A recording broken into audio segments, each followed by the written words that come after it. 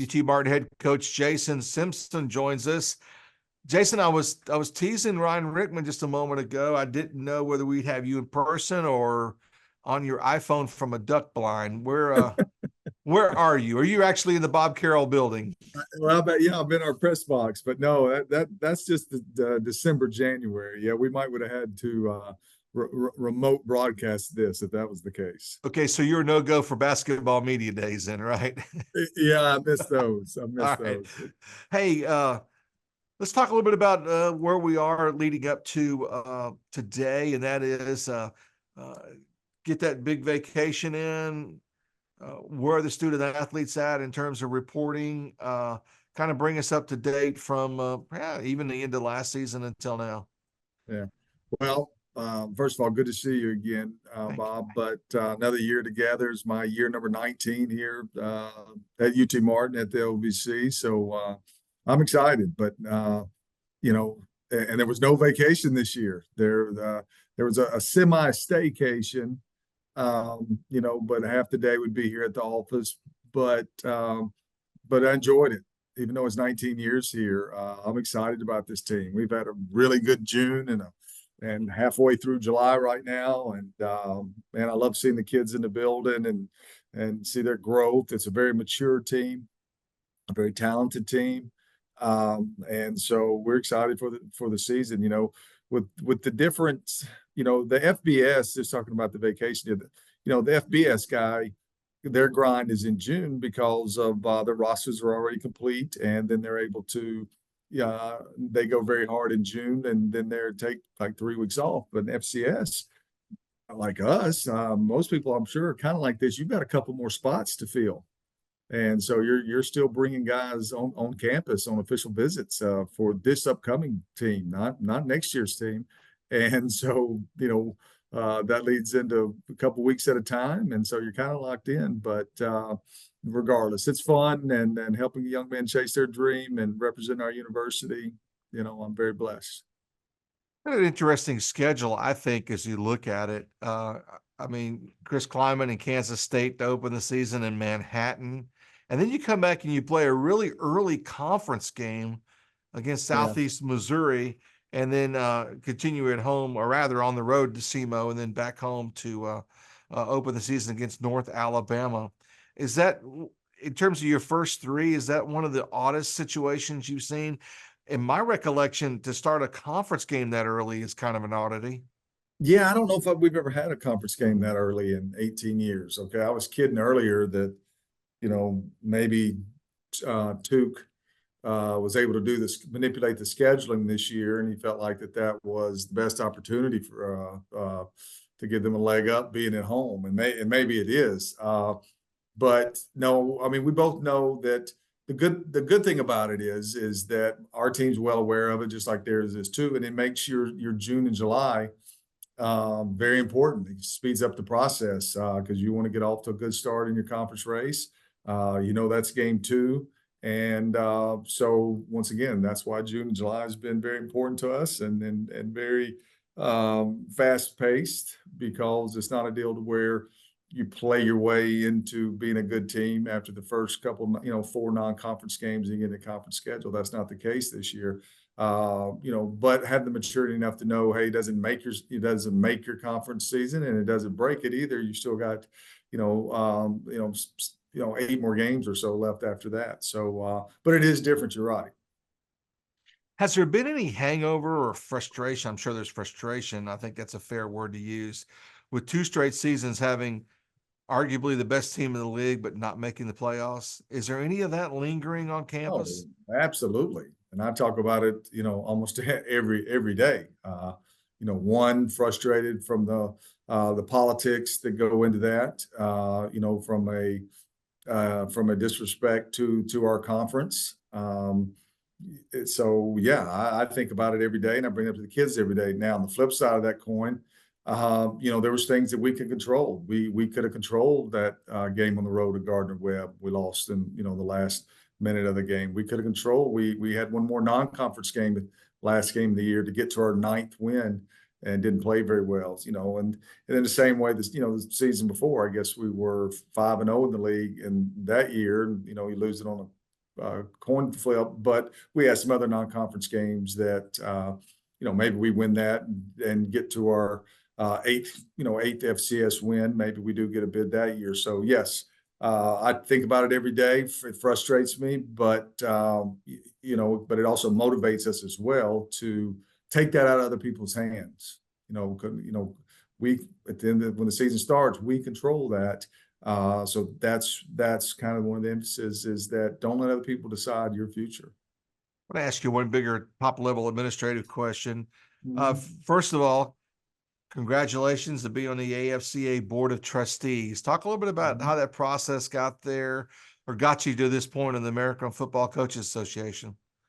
Yeah, Coach Todd Berry actually, was retired, leading that organizations for many years, and he actually coached me in college, and he actually was the offensive coordinator here in 1988 here at UT Martin, and was very instrumental in me in getting the job here back in 2006. And he had called me and said, "Hey, it's time for you to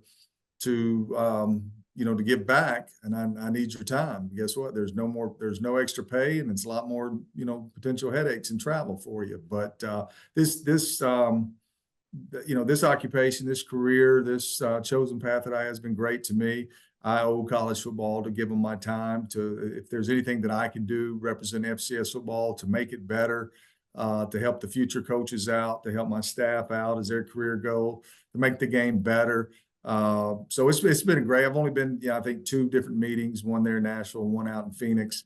But it really does kind of grow your awareness of future things coming down the decisions that have to be made coming down the road of different things, dealing with the rule changes or NIL or transfer portal, things right now that dominate college football.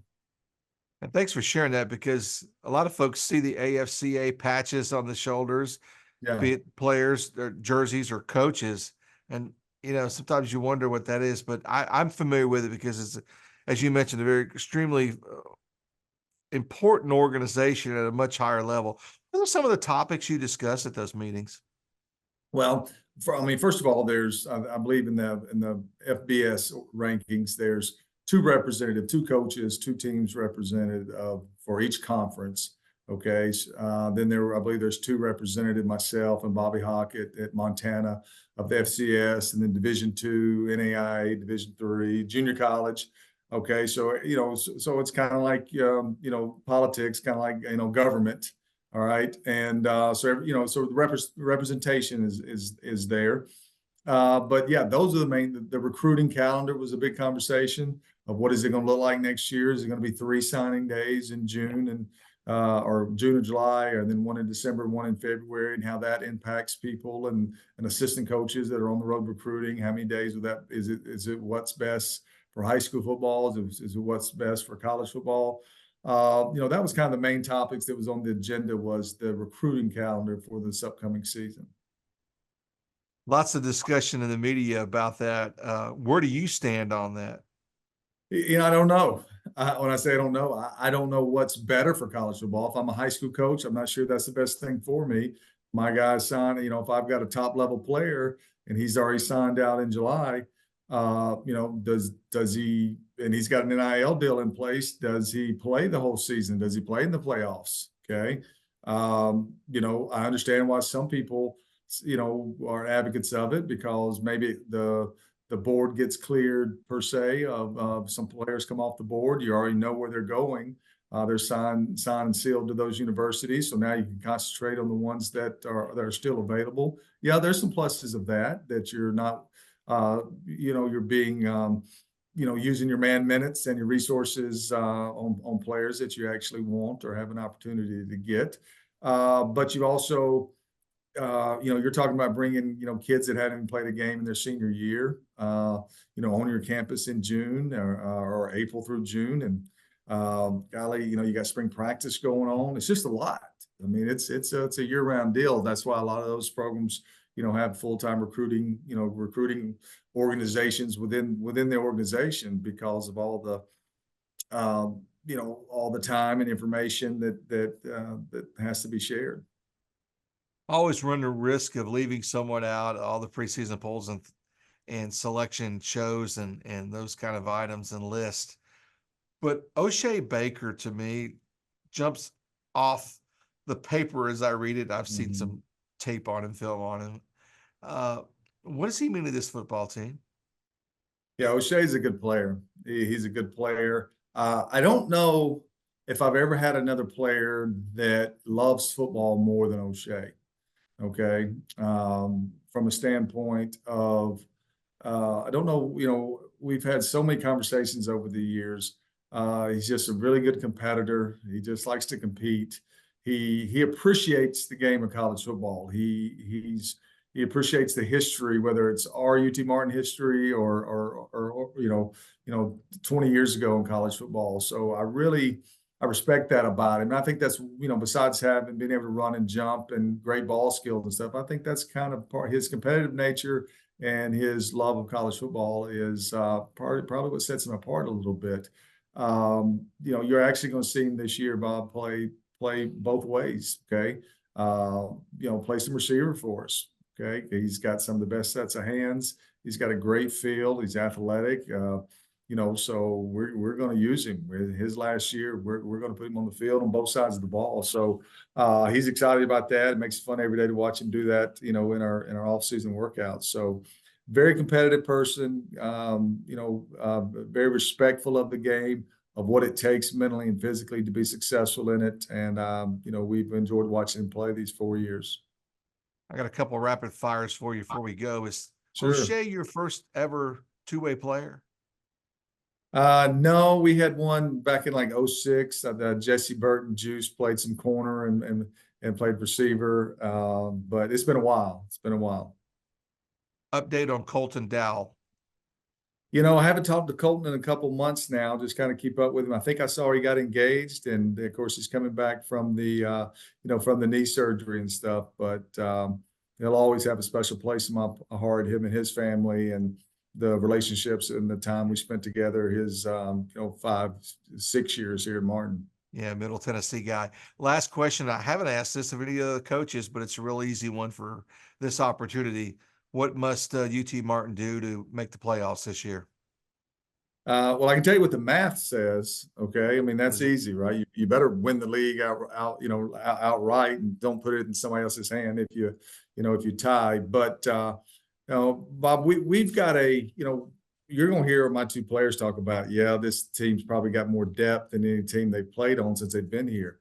It's true that I think we've got like 28 juniors and seniors on defense. Mm-hmm.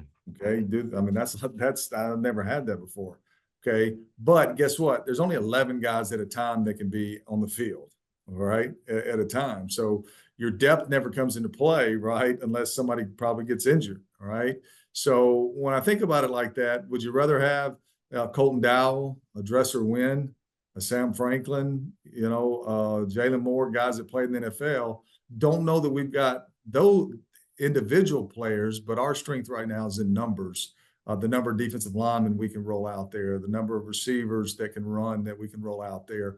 So we've got to figure out a way to play at a high level, play more players, get more people involved, but yet still be efficient and, be able to beat the game and execute.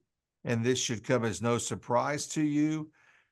Depth has been a concern as we talked to coaches all day long today. It's the X factor, if you will, in a lot Yeah. of conversations I've had today. Barring injury, to be honest with you, Bob, no, my coaches have done a great job recruiting. As far as having guys with size and experience in most positions, okay?